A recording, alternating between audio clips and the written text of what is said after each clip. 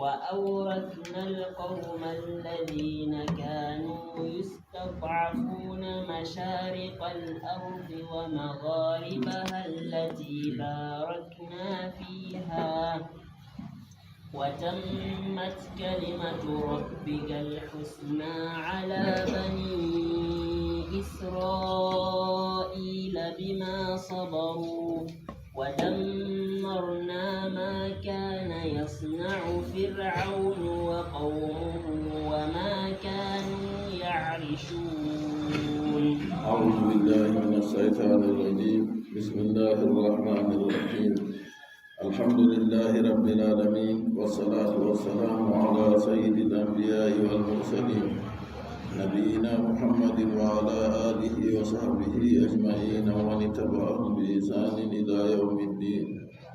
قال الله جل وعلا: وأورثنا القوم الذين كانوا يستضعفون مشارق الأرض ومغاربها التي باركنا فيها وأورثنا من دونهم القوم الذين كانوا يستضعفون باللاتي برتنبنه بالاستعباد بجنجك وهم بنو إسرائيل كمبوني بإسرائيل كمبوني يهودين بندنا بأنبي موسى نلا دوها مصر بأنبي هارون ودو مشارق الأرض من رولتني مشارق الأرض ومغاربها فونا جنسبي كنا جمولوفو التي باركنا فيها من بركة يرمولون بالماء بينيا والشجر يلد صفة للأرض التي نور الأسد تفسير من وهي الشام كائر ونسد سام دينكم قد مودي بقوي دين مصر الأولى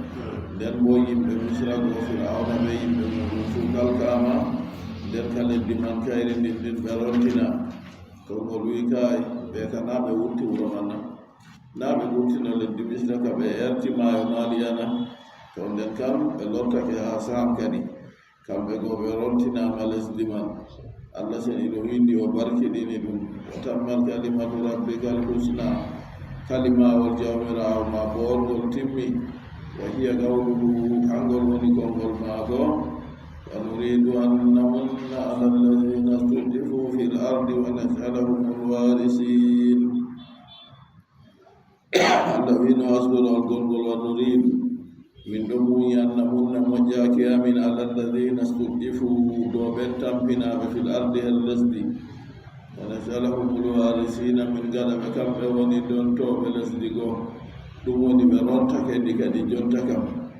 ɓe laatake kadi konnen maɓɓe kam kalkama allah seɗiɗo wolwi banni ha suurawol gonngol feere ila ko wiya yagoragare aya o tammar kalimatu rabbika al husna kalimawol jawmirawo ma boorgol timmi ala bani israila ɗo ɓiɓɓe israila bima sabaru ɓe ko ɓe muñi ala ada aduwihim ɗo torra konnejo maɓɓe konnen maɓɓe ko torasaɓe fir'auna ɓe yimɓe muɗum nde annabi musa alayhi salatu wassalam winoɓe ɓe muyagol noon ɓe gerdi ɓe muyi kadi nde ɓe muyigo kadi ɓe heɓi wattan boɗɗo ɓaawo konne ɓayi wa dammarna allah wi min kalki halakna min kalki ma kana yasnau fir'aunu wa qawmuhu ɗum ko fir'auna ɓe yimɓe mum fuu laatake ɗum no huwa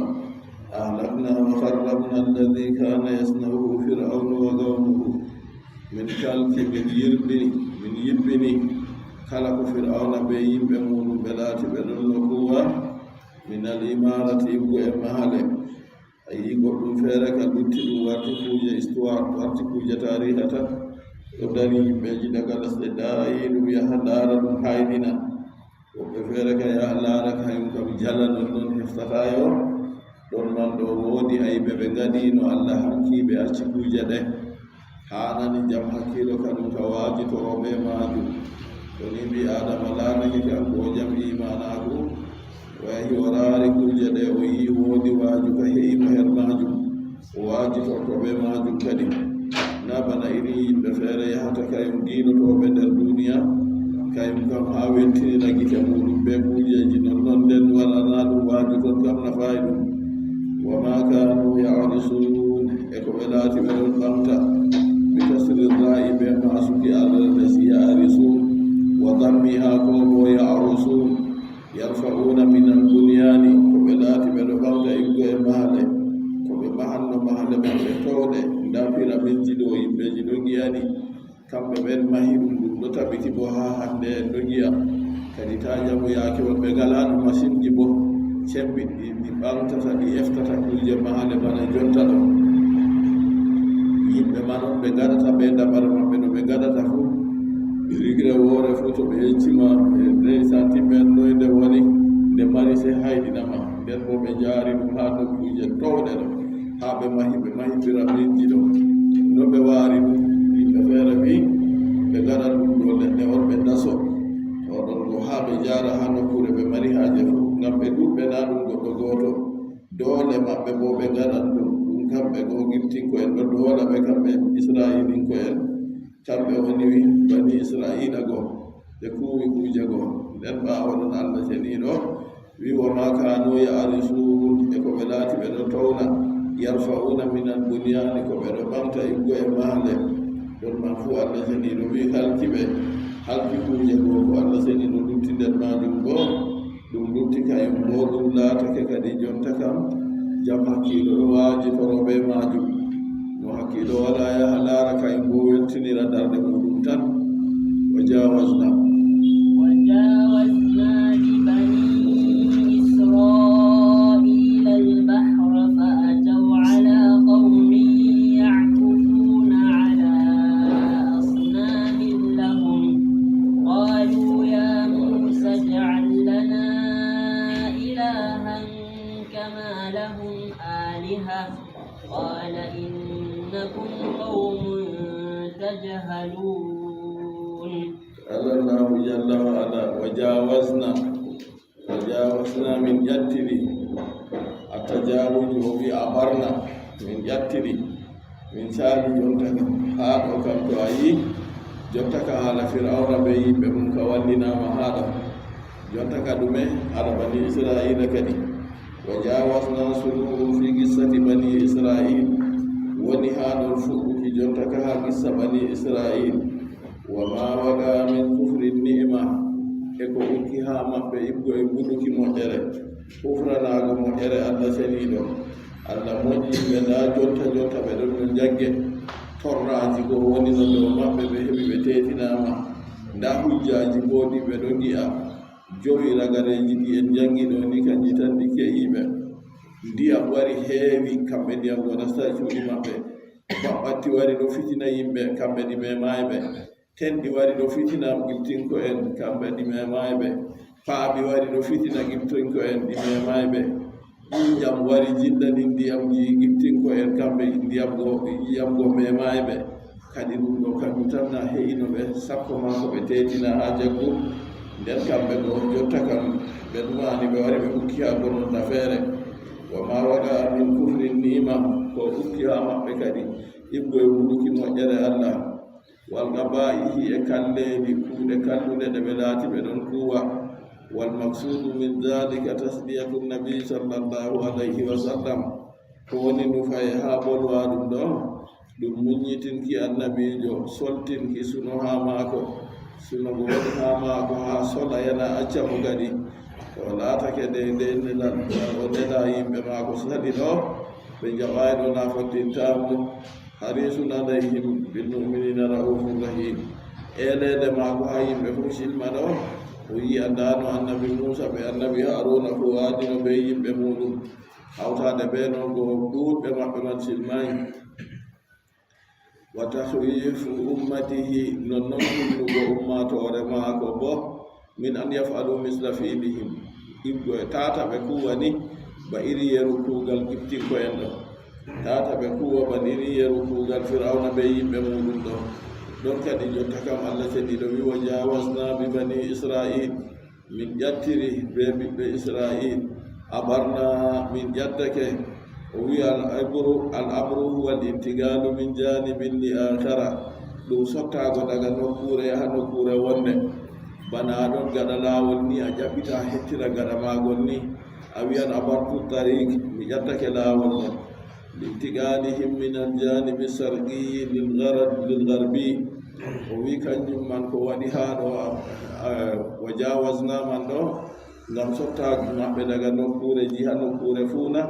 ɓe hettiri heedi nokkure hirna. ɗon man kadi Allah seniiɗo wi wa jawasna bi bani israil, min ƴattiri be bani israila ɓe sotti ha nokkure nde ɓe ngonino. famarru sey ɓe jaali kadi jotta kam wa jawasna bi bani israila albahra, min ƴattiri be bani israila maayo maali goo. nde ɓe eeri maayo maaliya goo fa ataw sey ɓe ngari famarru ala gawmin, sey ɓe jaali dow yimɓe yakufuuna lismiiɓe, yakufuuna bi dammin kaafi ko bo yakifuuna bi kasriha be maasuki keefules. yakufuuna ɓe ngari dow yimɓe lismiiɓe ala asnamin lahum dow labbi maɓɓe. yakufuuna akafa ɗo ɗum lismaago, kanjum ha itikafu lismaago juulirde ngam dalila dewal. to ni o lismake ha nokkure wonde feere ɓe wiyan fulanun akafa ala mahallin fulani, wayne lismake ha nokkure ka jaare. to nini nden juulirde o joomi ɗon bo ngam dalila rewbo Allah mo ɗum andama kadi ɗo bo itikafu. wal itikafu qurbatun wa junna, itikafu waddinan goɗɗo ha Allah, nden wirnan mo bo ha yiite. annabijo sallallahu alayhi wa sallam o laatake oɗo waɗa itikafu ha lewru suuma en. kala lewru fuu o waɗa ñande 10, ko nga hitande feere wadde ñande 20 bo. o waɗi itikafu 10 cakaje. nde 10 cakaje go timmi go, sey o wi o yiinama jemmare laylatul gadri go ha 10 ragareje. to o ɗori o waɗi itikafu fayin. wargo itikafu ɗum sunna annabijo muhammad sallallahu alayhi wa sallam. goɗɗo feere wi to anniyama woodi dede wakkati a jooɗi ha juulirde fuu, to a waari ɗum anniya ɗum itikafu, a heɓat barjaari itikafu. malikinko en mbi ɓurɗum famɗugo itikafu kam jemmare be ñalomare. amma hadise on wari marumnum kattabi radiyallahu anhu o wiyecci annabijo sallallahu alayhi wa sallam o togake no wargo itikafu jemmare ha masjidil haram. annabijo wi mo hebbinto gayre ma ɓaawo nde o simmi. to nde hollima jemmare woore fu itikafu waɗat kam, nden ka wiyatake ɓurɗum famɗugo itikafu jemmare be ñalomare kadi. itikafu ɗum sey anniya goɗɗo wooɗa, o anda bo ko o huwata to o waɗi itikafu man, ha o heɓa barjaari maako timmiɗinɗi. arande kam ɗume o mari haaje, o yiɗi Allah foonamo be laylatul gadr jemmare. laylatul gadri khairum min alfi shahr, jemmare nde Allah seniiɗo wi nde ɓuran lebbi ujunere ha goɗɗo mo ɗo rewa Allah ha maare. kanjum kadi o taƴa yimɓe ɓe duniyaaru fuu, o hettira hen juulirde suudu Allah, haaje maako ha Allah foonamo be jemmare nde. nden kam to o yahi man ɗo sey o laata o makfi, o ke'aɗo ha kuuje kam fuu, wala haaje nde o ɗon nder itikafu goo, sey ɓe ngara ɓe ɗaɓɓitiramo be hunde wonde sey to o wurti o yahi o huwa. hay to non ga itikafu maako man he'ata. nonnoon bo to o waɗi itikafu maako ɗo o wurtata, ɓe wi sey ngam kuuje ɗiɗi. yaago ɓaawo suudu kana doole maako, malla wala mo waddanta mo ñamdu, kanko yahata ɗaɓɓita ñamdu maako, ñamgo bo na doole maako. amma ɗuuti ɗon to itikafu o waɗi itikafu ka o wurto, ko moye maako maayi to o wurti o dilli itikafu maako ta'i. sakko ma to ñawi nonnoon to o wurti o dilli itikafu maako ta'i. to o waɗi itikafu wala haaje jotta ka o ngoodi accu o wurta ha jayri juulirde o yiilani o yaani wala haaje.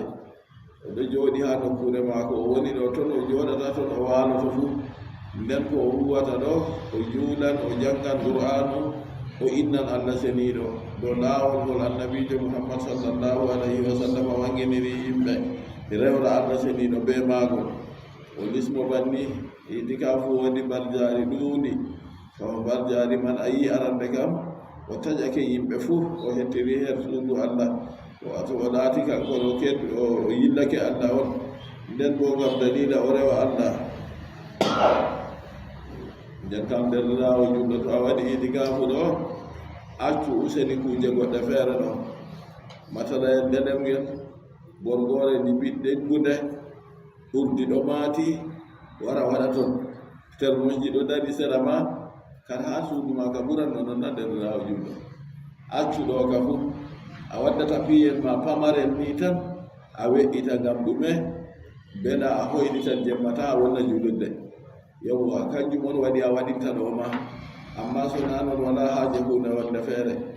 nden a waɗi itikafu aɗo ɗaani daga julgo alkaweje ha to ladan waɗi setingo babbo ɗon a fina to itikafu man kadi a waɗi itikafu ɗo ngam a ferwa a ɗuɗɗina rewgo Allah ceniɗo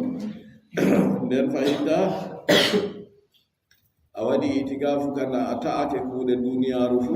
a hettiri er kuuɗe alahira a rewan Allah ceniɗo sige accu kadi jotta ka marugo téléphone ma aɗo mari ha bange ma ton jotta ka itikafu ma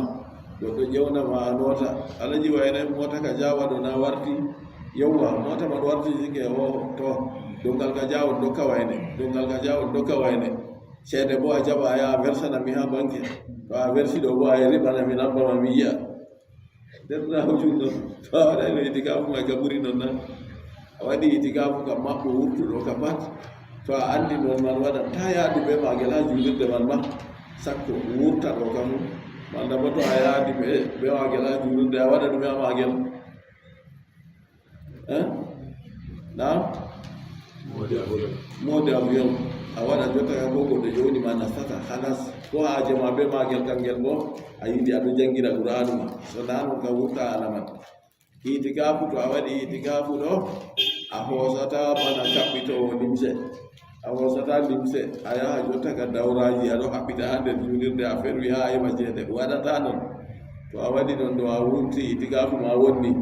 yimɓe feere wi ko a jango a hoosata defte ma ɗe andal a yaha wiya aɗo wiita to a jangan ɗo qur'anu a innan Allah seniɗo a juulan juule fari naɓena fila fu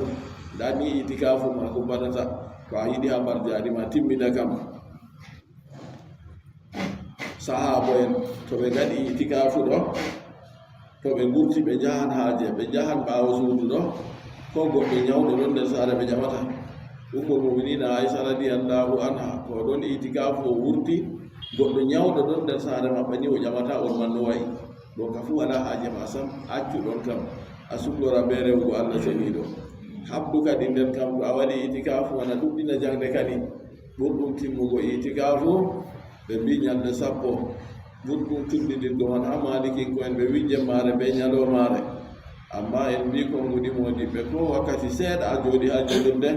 to anniyama itikafu on a waɗi ɗo a heɓan barjari ma to jotta kam min ƴattiri be bani israila min sallini ɓe maayo ɓe eeri en bonwino bonde ɓe jotti maayo goo ɓe gi firawna ɗo wara kayum bo ɓe yimɓe kono muɗum tafake kono tokka ɓe yiɗi ha jokkita ɓe lorna ɓe har ɗon gonde ɓe eewi yimɓe goo ɓe geccata annabi Musa inna la mudrakun ɓe mbi enen ɓe en jokkititteɓe dey annabi Musa jamake ɓe kalla innama iya rabbi sayahdini o wi ka ɗum waɗata ɓe en jokkitittake ande jawmirawo on ɗo wonni ɓe am o andatam ɗon ni nda maayo yeeso maɓɓe nda kono firawna ɗo wara ɗo noon Allah seniɗo umurimo o tappa ɓe sawru maako ha maayo go nde o tappini se ndiyam wersi ni ndiyam ko ha yotti lesdi ndiyam ka dari warti bana tapaje ha yotti lesdi ha eeri gaɗa ɓe gari ɓe nasti ɓe fuu maɓɓe ɓe eeridi timmi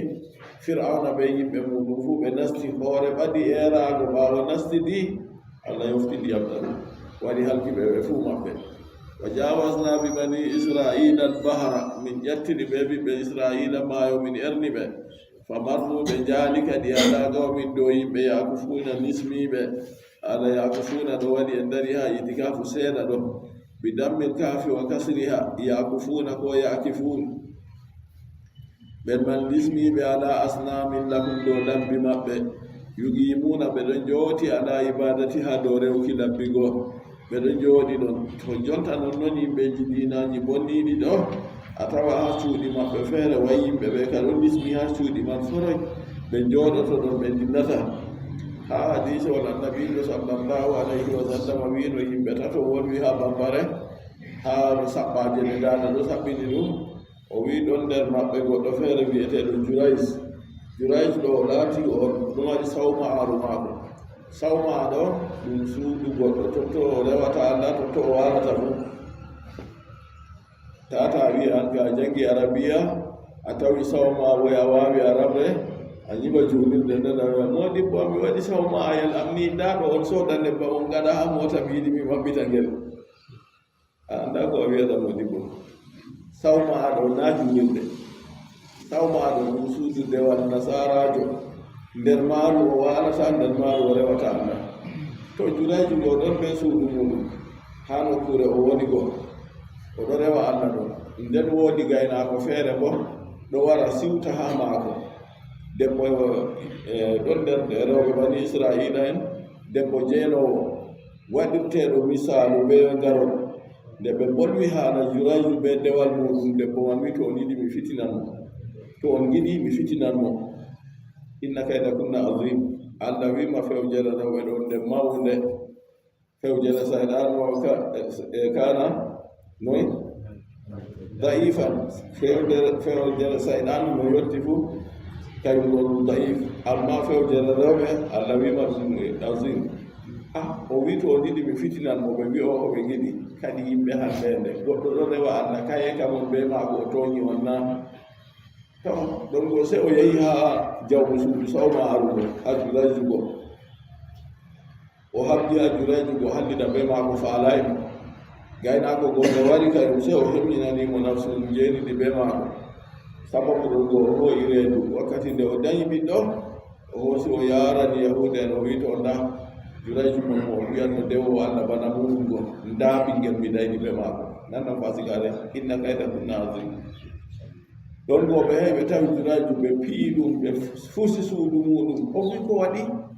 ɓe wi nda debbo jeenowo ɗo a dayni ɓe maako aɗo fewa a wiya woy aɗo rewa allah o wi muñane am o juuli darɗe ɗiɗi o wi gadde ɓinngel man ɓe gaddi ɓinngel man o ɗeeɗi ha reedu ɓinngel o wi ɓinngel moye baba ma ɓinngel jottayi wolugo ɓinngel wi wayde gaynako baali to ɓe wi to ɓe moytimo ɓe wi min mahanama suudu ma ɓe kangeyre o wi mi yiɗa warti reedu ba on tawno ni to ɗon man ɗo kanko man o laatake o ɗon lismi ha suudu maako man sawma a wiyete ɓe jooɗan jotta a tawa nasara en ɗo woɓɓe feere ɗo jooɗi ha suuɗi mum sendirta ɓe maaji ha suuɗi dewe maɓɓe ɓe laatake ɓe mawɓe ko ɓe gaddani ɓe fuu bo ɓeɗo koosa ɓe ñaama dey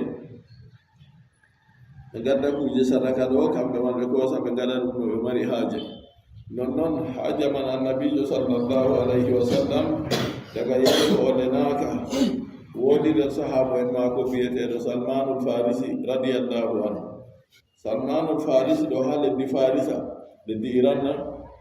ha leddi farisa ɗo baa maako kañum on mawɗo suudu lawru ɗum yiite ɓe ndewata baa maako laatake ɗo fadda mo ɗo damba mo bana ɓe damborto ɓiɗɗo debbo to ñuufake nden neni mo ha labbare muɗum andi labbare gam tema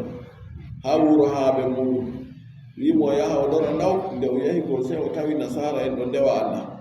o haari ɓe o jamɓe ko ɓe gaɗata ɗo ɓe wi allah on ɓe ndewata o wi kadi dewal man ka se onon tanna ko yimɓe fuu ɓe mbimo kay allah ka yimɓe fuu rewal dewal man fottanimo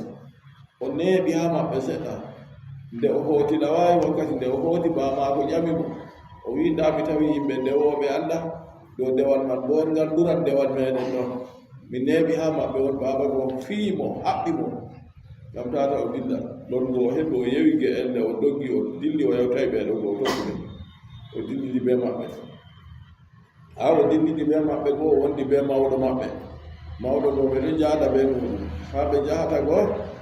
o wiya dokke ɓeɗo dokka ɗum dokke ko ɓe dokki ɗum fu kam kadi waɗa haaje mum ko o hokkanno go bo ɗum sadaka on ha on go maayi jonta kam nde wari maayi go halfitini mo tawoya wayne o wonda be muɗum ha ɓe ɗiɗo nakkoɓe tatona ragarejo ɗo wiyata mo jonta kam wala goɗɗo rewanɗo allah dewal sahingal banalngal en woni dow mum ɗo hande mi andi ɗo leddi diga ɓooɗa amma yahu ha lesdi arab annabojo ragarejo annabo en neleteɓe jamanu mako yotti to nini a hewtimo a heftimo an a rewa annabe mako o dilli jotta kam ha o heɓi jahangal dillowal leddi arab oɗo mari baɗo e maako ɓe nawo e maako o wi o yeeni ɓeɗo ngenari ɓe jaram ha lesdi arab o hokki ɓe ngenari go ɓe dilli ɓe hoosi nde ɓe jeyi ɓe jotti madina ɓe jambimo ɓe hooyimo ɓe sorrani yahuda en ha oɗo jooɗi go wakkati ɓe gurtini sey ɓe mbiyata mo nda maccuɗo mamo min sorranima wonɗo ɓe yecci yahudajo go o wiyata min mi dimoɗa maccuɗo ɓe moɗa woɗu ɓe mbaɗe mere kalas o yooɗi o maccuɗo yahudajo tan oɗo huwa ɗon annabijo muhammad sallllahu alayhi wa sallam ndena ko faɓɓi ha makka ko waɗata ɓe yimɓe goo fuu o maccuɗo yahudajo haala goo heftay ka o yejjiti kana ko malla bo ngam o jaggano ngam o maccuɗo goo ɗuɗɗino waɗa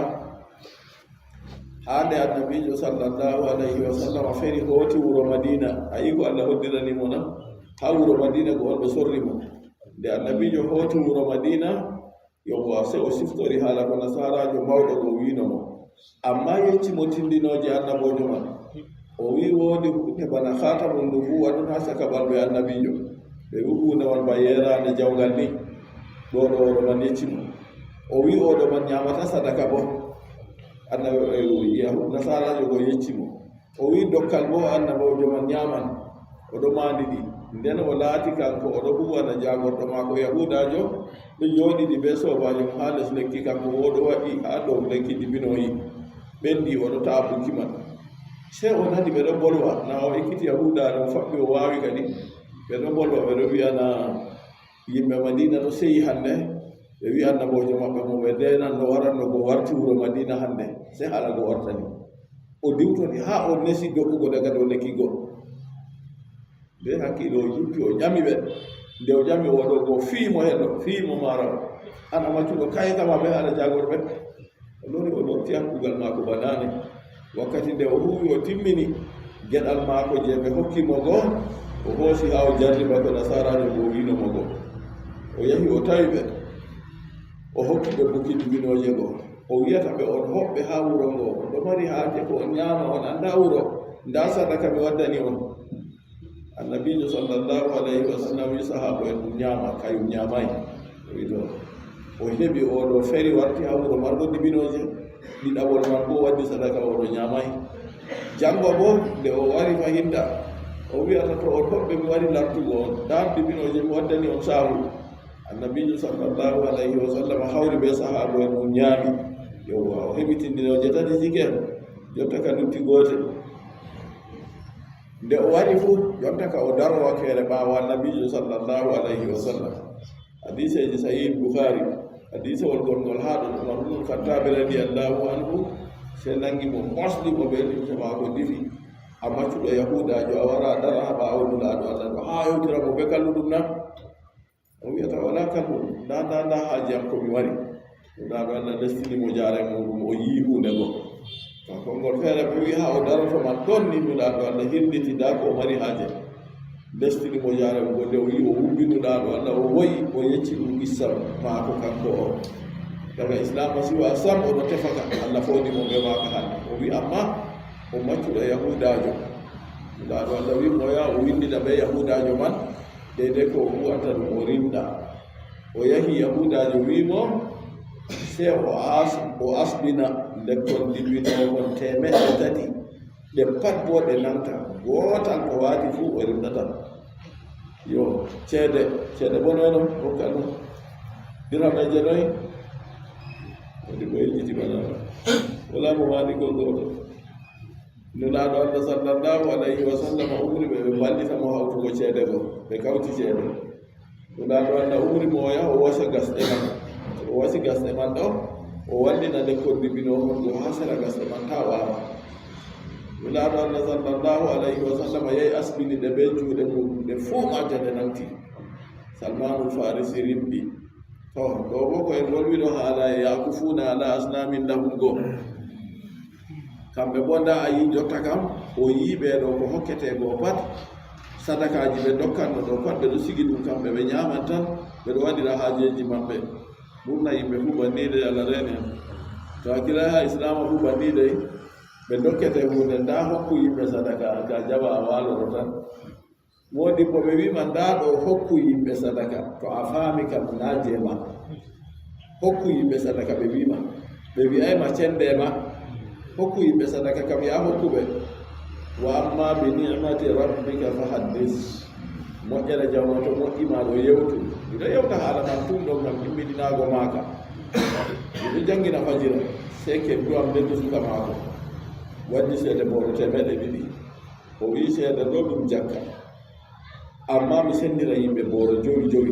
mi jemako kanko wi oɗo go wallini seeɗa go mi wimo toon ko waɗu hajibama jotta kam miɗo jangguina seeto yimɓe acci warugo janggugo en yaani sendare o wina alaji wi mi waddane ɗe mi lora lawɗo mi yaha mi tawa mo wi o suɗa a yitta alaji man banni way o tawi alaji wina anda oustas min andi mo a tan mi meeɗan waɗi mi wiɗo na an ka jogaɗe yahu jonta ka reedu seeto o jangguidini oni on senda seede man amma gueɗal ma kuugal men bo a heɓa waɗi o jooɗi ha jangguirde ha mi timmini mi itti seede aji ba mi soodi e sas mi loowi ha moto a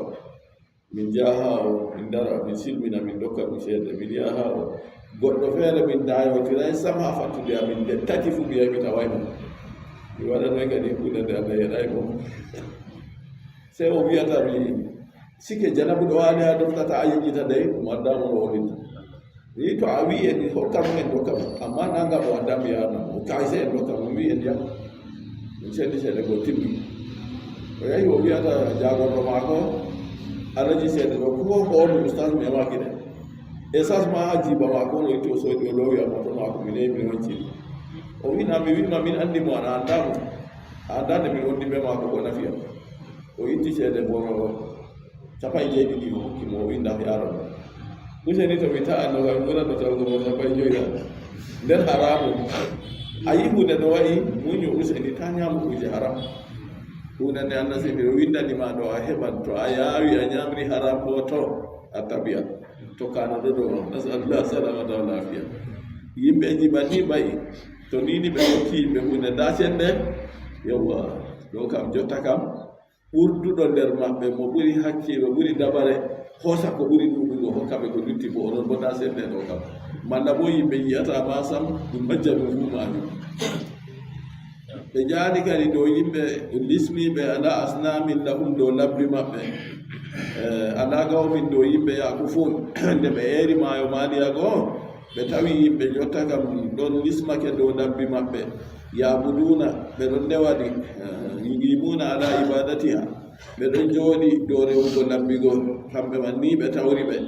to kanjum o wiyata qila wiyama hiya hijaratun ala suratil bagar labbi man ɗo ɗum kaaya on amma ɓe mahiri bana suura nagge wa qila bagarun haqiqa konngol feere wi nagge man ɓe yonki mum ni ɓe ɗo darni nagge goo ɓe ɗon ndewa on nde annabi moussa yaali ɓe yimɓe mum goo giiɗon man har ɗon kadi wa kana haulai alqawmi alakifuna min alkananiyin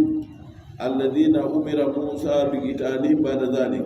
yimɓe man ɗo ɓe laatake nder yimɓe kan'ana bo kamɓe man ko ha yimɓe annabi yusuf en go laatake ɓen man on annabi moussa umramano ɓe haɓduki e maɓɓe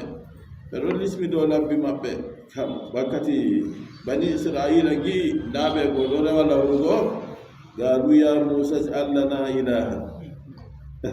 gaɗu ɓe mbiyata ya moussa to kalleli maɓɓe go fuɗɗi sikke jonta ɓe tetina ha jaggu fir'auna dey jonta ndanelan nda annabo en ɗiɗo ɗo wondi ɓe maɓɓe ɓe wiyata inna rasula rabbila min nelaɓe jawmirawo tagefoji waddi nelal nda ko ɓe ndewrata anda nden jonta ɗo toon ɓe tawi yimɓe ɗo rewa labbi ha ɓe wurti ha jaggugo ɓe mbiyata ij'alna ilahan waɗan min ndeweteɗo sanaman lahum nabuduhu min ndewa ɗum kama lahum aliha banno wodani ɓeɗo ndeweteɓe qala annabi moussa wiyata ɓe innakum gawmun tashalun innakum onon ɓe gawmun ɗum yimɓe on tashaluna dullanɓe yimɓe ɓe anda ko huwata sam haysu qabaltum ni'matallahi alaykum nokku on fefnotiri on taɓɓiri moƴƴere allah dow moɗon bima ɗum tumuhu ɓe ko on mbi ɗum so nanno allah seni ɗo moƴƴi on jonta on heɓi on teeti nden on mbiya wayyo waɗana on dambiɗi on ndewata ij'alna ilahan qila innahum murtadduna bi hadihi almaqala konngol wi ɓeɗo ɓe turtake jotta ka ɓe murtidina annabi moussa kadi ɓe wiigo maɓɓe konngol ngol ligaslihim bidhalika ngam nufraki maɓɓe ɓe bolwa ɗum ɗo ibadata sanami haqiqa rewuki lawru ɓe haqiqa ngam fakat to annabi moussa waɗanino ɓe bawigo dey a andi annabi moussa waɗata to waɗanino ɓe ndewan ɗum ala sego wa qila laysu murtaddin konngol wi kay ɓe irtoɗayi ɓe turtayi tawon bal hum jahiluna jahlan murakkaban amma kamɓe ka ɓe manjuɓe on amma majjere man bo waɗinirde liitigadihim anna ibadata sanami bi gasdi tagarrubi ila llahi taala la tadurruhum fi dini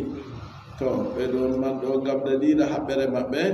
rewugo lawru ɓe rewa lawru man ɗo ɓe anniya maɓɓe ngam ɓaddina ɓe ha Allah ɓe yikki kamɓe ka non man ɗo ɗum tornata ha dina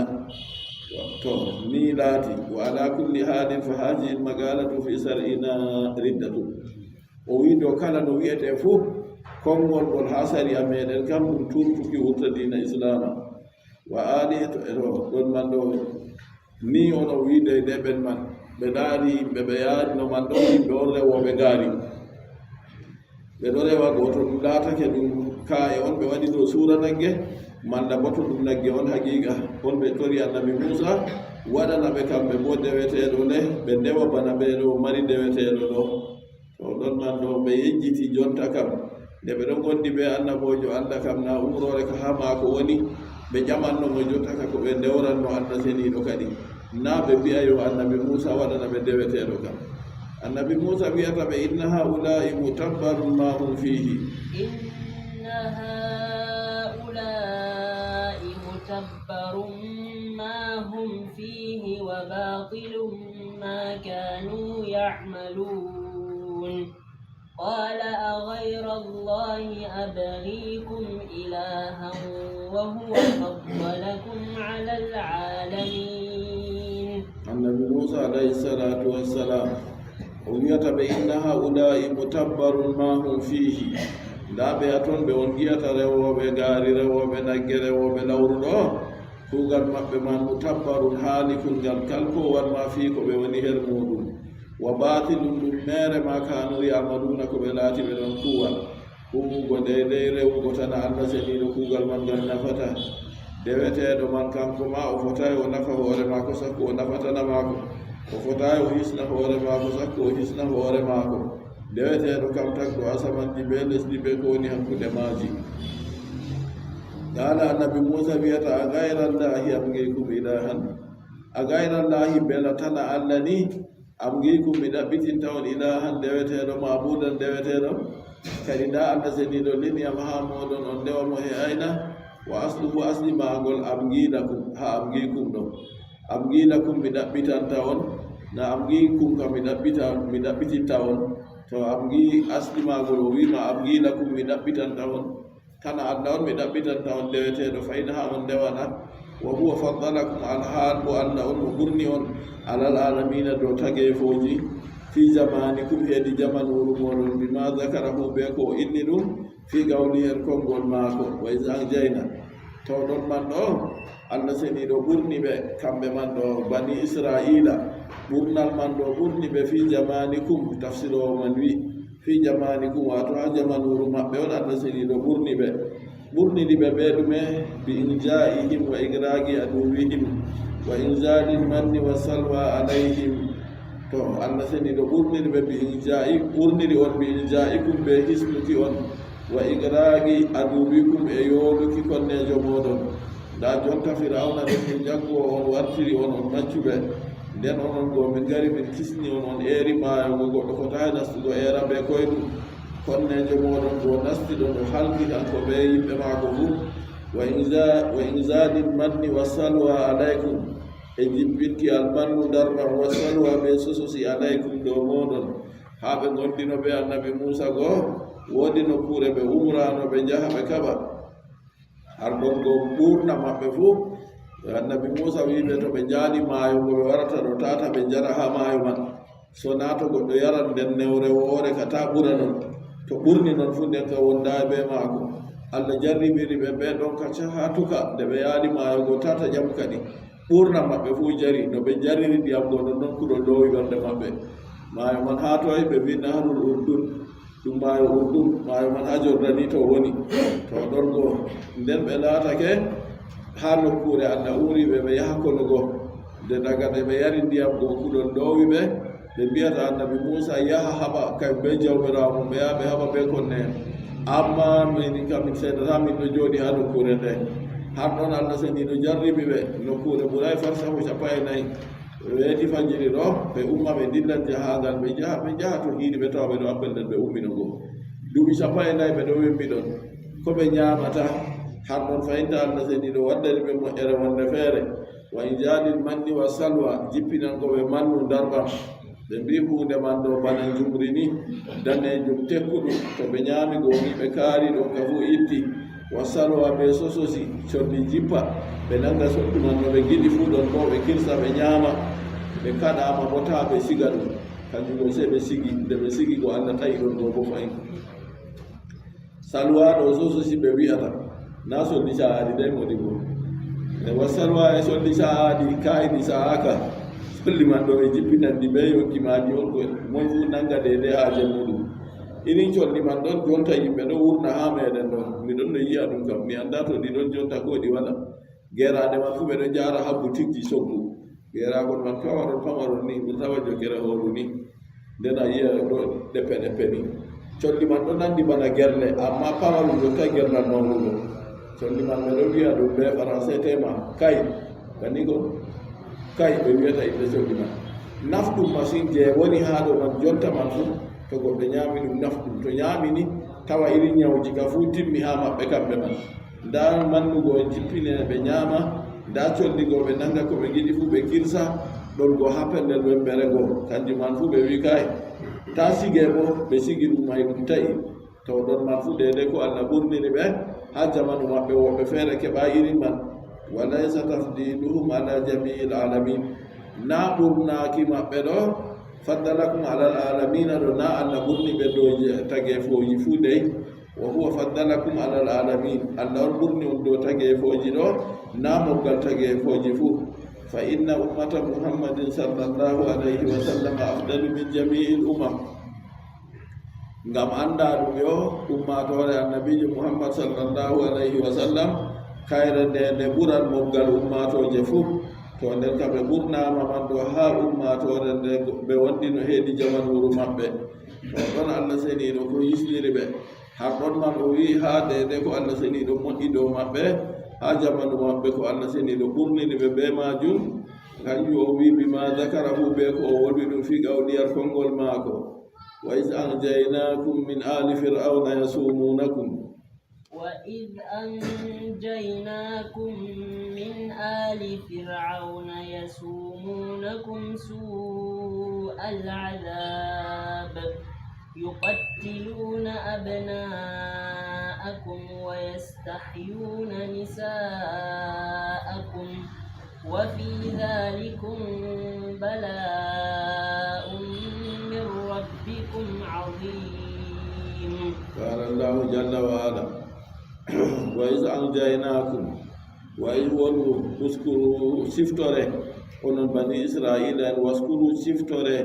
is anjaynakum wakkati min kisni on wa fi qira'atin anjakum wakkati Allah hisni on ɗum fu majum anda ɗum anjaynakum ɗum nunul azama to wi anjakum bo fa'il man Allahu Allah hisni on min ali fir'auna ibgo e koreji fir'auna be yimɓe muɗum fu on siftora wakkati nde Allah hisni on yasumunakum su al azabi yasumunakum ɓe ɗo meɗna on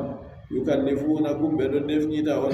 wa yujigunakum ɓe ɗo meɗna on ɓe ɗo gaɗa on metta su al azabi yangada kalluka asaddahu ɓurka satugo yangada man kaye wa huwa hanka woni yugattiluna abna'akum ɓe ɗo barbarna ɓiɓɓe moɗon worɓe dañeteɓe wa yastahyuna yastabuna ɓe ɗon kora nisa'akum ɓiɓɓe moɗon rewɓe dañeteɓe bo ɓe acca ɗum ɓiɓɓe worɓe ma ɓe bara ɗum ngam woodi buuɗejo maɓɓe wiya sirowo maɓɓe wiyata fir'auna woodi mo tammi dañego nder bani israila ɗo laatoto sababu nattugo laamu maako ha juuɗe muɗum o wi ha o wiyano ka warno to gorko dañama fuu ɓe bara ɗum to debbo dañama bo ɓe acca ɗum ɓe wiya ngam ha ɓe heɓa ɓen man jaggana ɓe nden ɓaawo ɗon ɓe sinkani fir'auna ɓe wi kan to ɓe gaɗi banni kana maccuɓe maɓɓe timman kadi o wi yo nden ka ɓe mbara hitande ɓe acca hitande ginnanga hawtade ɓe ɗon fuu ha hitande nde o ɓarata man ni ɓe wi nden annabi Musa alayhi salatu wassalam daña ɓe keɓtayi sam ɓe andama o dañama taw ɗon kadi Allah seniɗo wolwi wes anjaynakum wakkati min kisni on min ali fir'auna yasumunakum bedo menna on su al ajabi ngada kanduka asaddahu wa huwa kanka woni yugaddiluna amnaakum bedo barbarna bibbe modon worbe wa yastahanuna be yenna yastabuna be horna be acca nisaakum bibbe modon rewbe wa fi dhalikum wani ha bolwa do bala'u jarribaki al inja'u hisnukina ko wal adabu yangada ko didi fu al inja'u hisnuki lamin kisni on woni hebi jottaka on jattake ma on hisi yorugo wal adabi yangada ndaka di bo fahinta yangada ko fir'auna torranno on kebi jottaka on kisika fahinta ha min gadi do bala'u dum jarribaki in amun dum neminki ha min hisni on awibtila on ko bo dum jarribaki min rabbikum iftuki daga to jawmirawo modon azimun makki ha o angina yimbe giya kadi to nini jarraba ko hebi on banni on munyan on ɗowtano allah na ko allah bo on ɗowtata nden jonta on eri mayone ay onon gara jottaka on mbiya yo annabi Musa waɗana on ndewetera feere fayinta ha on ndewa kanjum o wi ɗum woni jarribaki min rabbikum daga jawmirawo moɗon azimun afala tattaizun beɗa on ngaaji torta be majum na fatantahuna on kempiɗa amma ɓuldum on accina ko on mbi ngaaji torede be moƴƴede allah seniɗo hokki on waɗi on ɓurni on dow ummatore jamanuru moɗon hisni on halki konne en moɗon ɗon no mbara ɓiɓɓe moɗon ɓe wari ɓe hisibarego siftorede moƴƴe ko allah seniɗo waɗani on ɗo on acca jamugo ndeweteɗo feere kam ndewon mo kanko tan wa wa'adna Musa وواعدنا موسى 30 ليلة وأتممناها ب10 فتم ميقات ربه 40 ليلة وقال موسى لأخيه هارون اخلفني في قومي وأصلح ولا تتبع سبيل المفسدين أقول ما قوي بلاء إنعام أو ابتلاء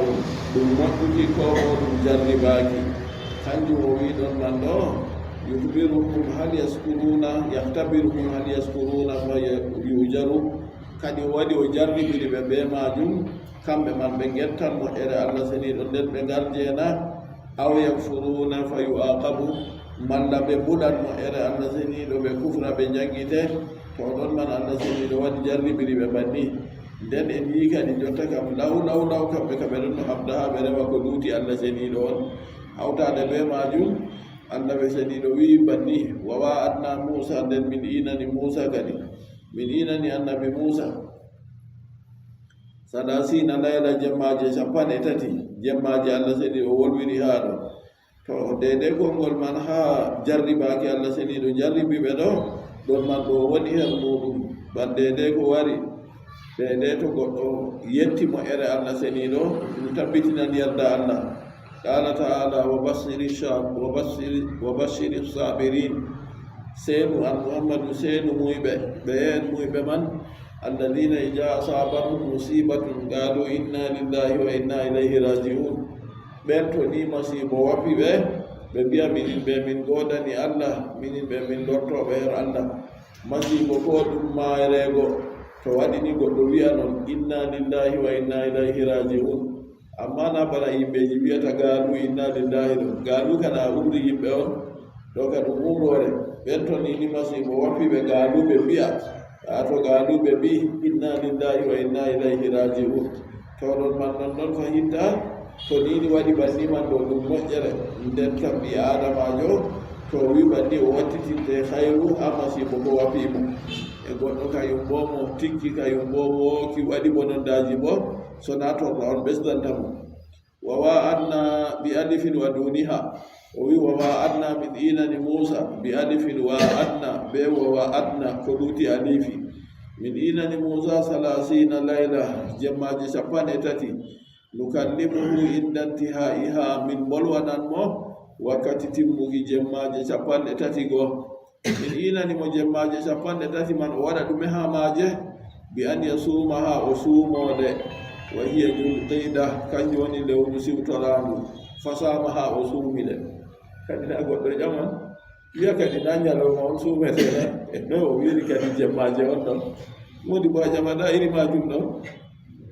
to innama abbara billayali duna layami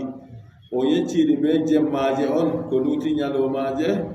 ma anna siyama fil ayyami hawtade bo sumay ka ha ñalomaje on goni nden allah seniɗo wi wawa anna musa salasina layla jemmaje 3 min inanimo o suumode to nden kam no ka wayi o wiɗi anna musa kana sa'iman tilkal muddati laylan wa nahara annabi musa mo jam allah tabitani o laatake o suumiɗo nde a ton ma jisde jemma be ñalowma fu oɗo suumi mo wasilan o soniɗo suuma e man o hurimatil misalu ala gayri lambiya suumago yewata fina jango suumo ɗo ɗum harminama dow ko luuti annabo en annabijo muhammad sallallahu alayhi wa sallam o wiyata sahabo en mako miɗo haɗa on sonago suuma yewata jango fina suuma mi haɗi on ta on gaɗa ɗum sahabo en wi kannulaɗo allah an bona aɗo waɗa non na o wi moye moɗon wayi bana am min miɗo waala jawmirawo am ɗo ñamnanmi ɗo yarnanmi sahabo en go sali ɓe suuri ɓe jewayi suuma e maɓɓe jango bo ɓe firi ɓe suumi fayi ɗuɗaɗo allah suumodi ɓe maɓɓe balɗe 3 sefototirde mum dari o wi law akhara hilalu dazitu to melde ɗo sambitino to lewru ɗo darayno ni dami ɓesdinanno haa ɗo modiɓe mbi kalmutanakkiri lahum hina abaw an yantahum annabijo ɓeddanannoɓe ba jangitowoɓe wakkati ɓe sali hemmiɗago ngam o haɗino ɓe tata ɓe suuma ɓe tokkidira suuma e to ɓe suumi ɗo ɓe gewa jemma to waɗi ka ɓe gewa suuma e maɓɓe kadi nden jango ɓe lora ɓe suumo to ɓe sali kadi ɓe suumi ñande 3 kadi tokkidiri ta jamu kadi tampere ko heɓata kadi ɓe mbiɗon annabijo sallallahu alayhi wa sallam haɗi ɓe nden ɓe gaɗi ka ɓe keɓan bar jarina to ɗo haala woni kadi annabi musa alayhi salatu wassalam o laatake jemma ɓe ñalowma fuu oɗon suumo haade nde ñalde 3 banni wari fa ubbira billayali li daf'i tawahhumi iktisarihi ala sawmi nahari fagat kanju sababu majum waɗi wolwira be jemma allah seniɗo wi salasina layla ɗo ngam yerbuki wahamuki ñalowma tan o suumoto to nini goɗɗo faamino salasina yawman kam na ñalomaje tan o suumina wala caklu ɗum ton amma nde waddi salasina layla jotta ka andini annabi musa suumake jemma ɓe ñalowma fuu ni ono laati oɗo suumo ñalde ma banni ko tafsiroɓe wi qala almufassirun inna musa alayhi salatu wassalam wa'ada bani israil idha ahlaka allahu ta'ala aduwahum fir'auna an ya'tiyahum bikitabil min indillahi fihi bayanu ma ya'tuna wa ma yazarun wi annabi musa mo jam allah e kisna muɗum tabitani o inanino ɓiɓɓe israila yahuda en bandiraɓe maako o wiyata to ni allah seniɗo halki konnejo maɓɓe fir'auna o waddanan ɓe deftere daga to allah wonan ha deftere may ko ɓe kuwata ɓe ko ɓe accata fuu wonan nder maare falamma ahlaka allahu fir'auna sa'ala musa rabbahu an yunzila alayhi lkitab wakkati nde allah seniɗo halki fir'auna go ɗon kadi se annabi musa tori jawmirawo muɗum jippinana mo deftere alladi wa'ada bihi bani israila nde o inanino bani israila go fa amarahu an yasuma 30 yawman fa samaha ɓe mbi sababu majum waɗi kadi allah urimo o suumo ñalde 3 se o suuma kadi falamma tammat ankara halufa fami nde o suumi ñalde 3 go timmi se o yankiri kadi jotta kam piyagol hunduko maako ayi goɗɗo cuumiɗo na piyagol hunduko muɗum sanjan to ɗon bo o yankiri ɗum fastaka mi wudin harmubin se ɗon o gosori kadi o siwori o waɗi leggal siwakiwal o yiggi hunduko maako we leggal wiyetegal harnub wa qila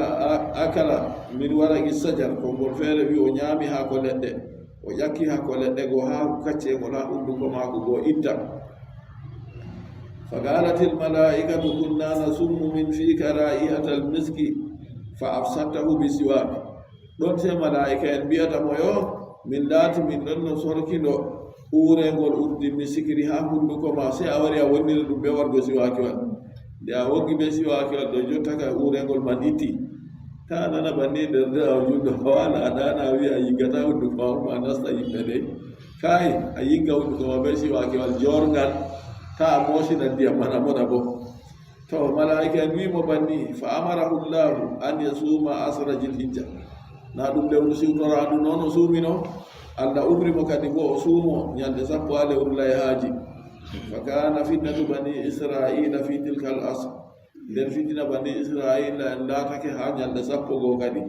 ɓe wara kadi deydey ko ɓe waɗi ɗon ha ɓe nasti rewgo gaari ɓe waɗannoygo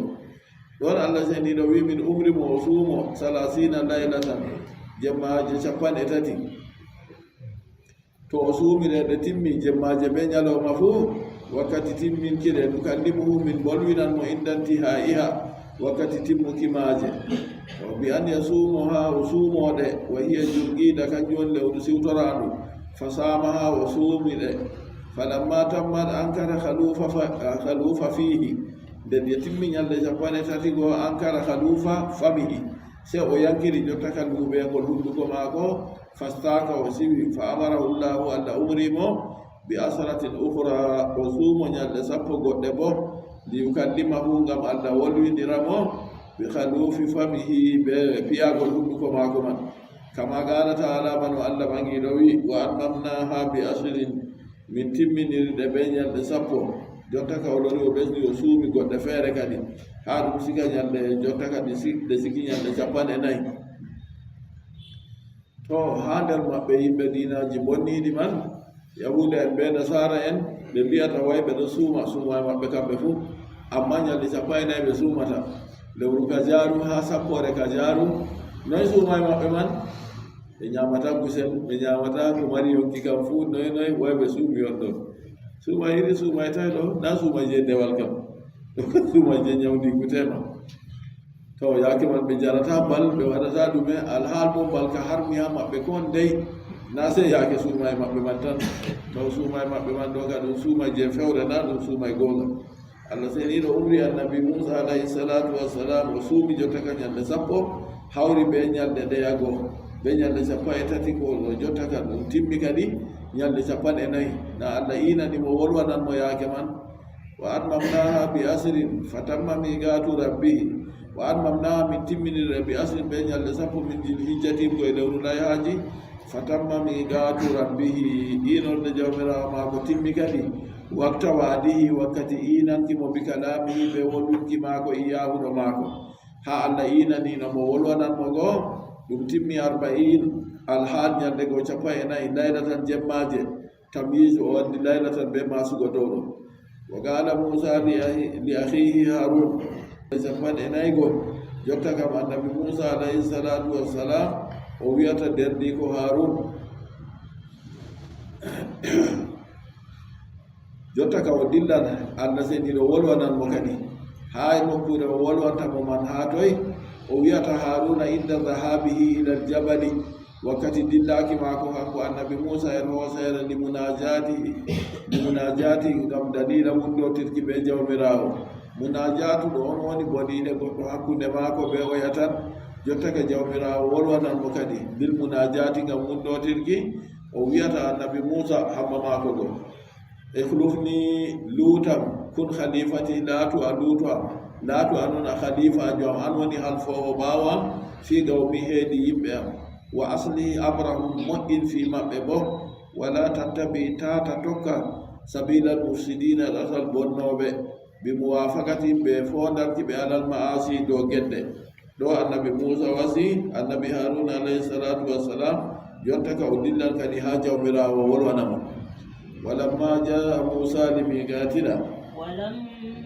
جاء موسى لميقاتنا وكلمه ربه قال رب أرني أنظر إليك قال لن تراني ولكن انظر إلى الجبل فإن استقر مكانه فسوف تراني فلما تجلى ربه للجبل جعله دكا